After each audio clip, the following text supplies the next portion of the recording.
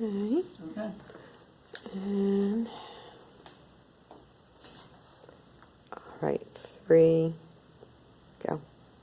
Okay, this is lab 8. It's Atwood's machine. What we're trying to here is to show, again, the concept of force equals ma. What we're going to use is a pulley photo gate here, and we have 2 sets of weights here on the pulley photo gate. Currently, they both have 200 grams on them. And as you can tell, with 200 grams, they're in equilibrium. The system's not moving. There's no acceleration to measure.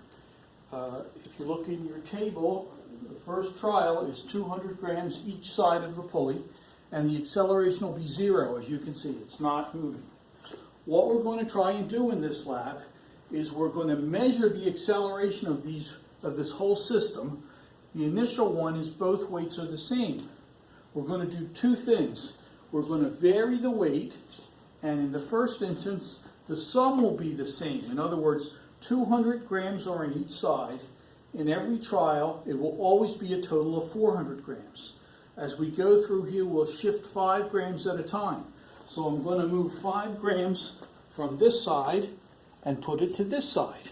So it'll be 205 over here and 195 over here, and we'll measure the acceleration.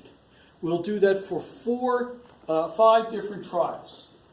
The next part of the lab, what we'll do is we'll have the delta being the same. In other words, I think the first one, it's 120 grams on one side and 100 on the other. And then we'll add 20 to each side and keep the 20 gram delta the same on all those instances. And what we'll do is we'll measure the acceleration using the photo gate in our computer, and then we'll calculate the acceleration.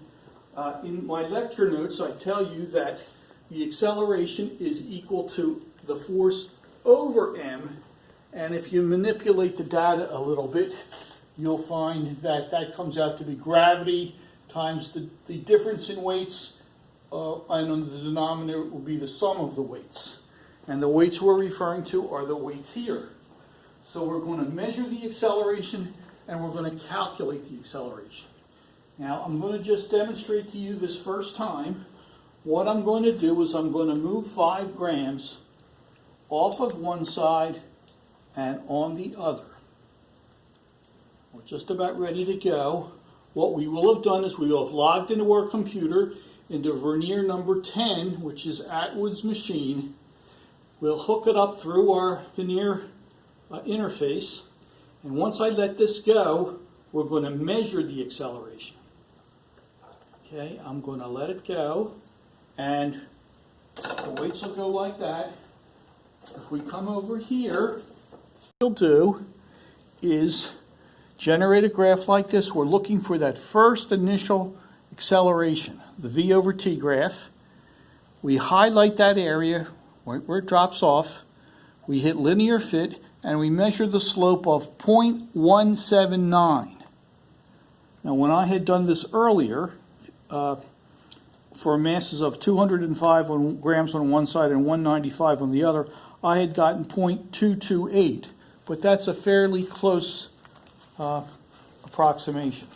Then what I'd like you to do is, knowing that formula that I have on the board, calculate the A and compare the two.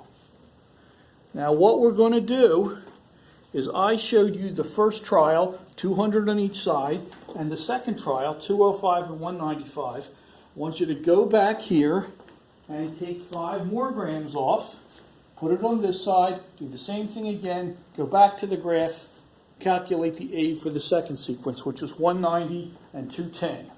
Then we do 185 and 215 and 220 and 180.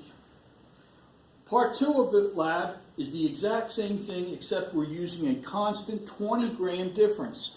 We'll have 120 grams on this side and 100 on this side.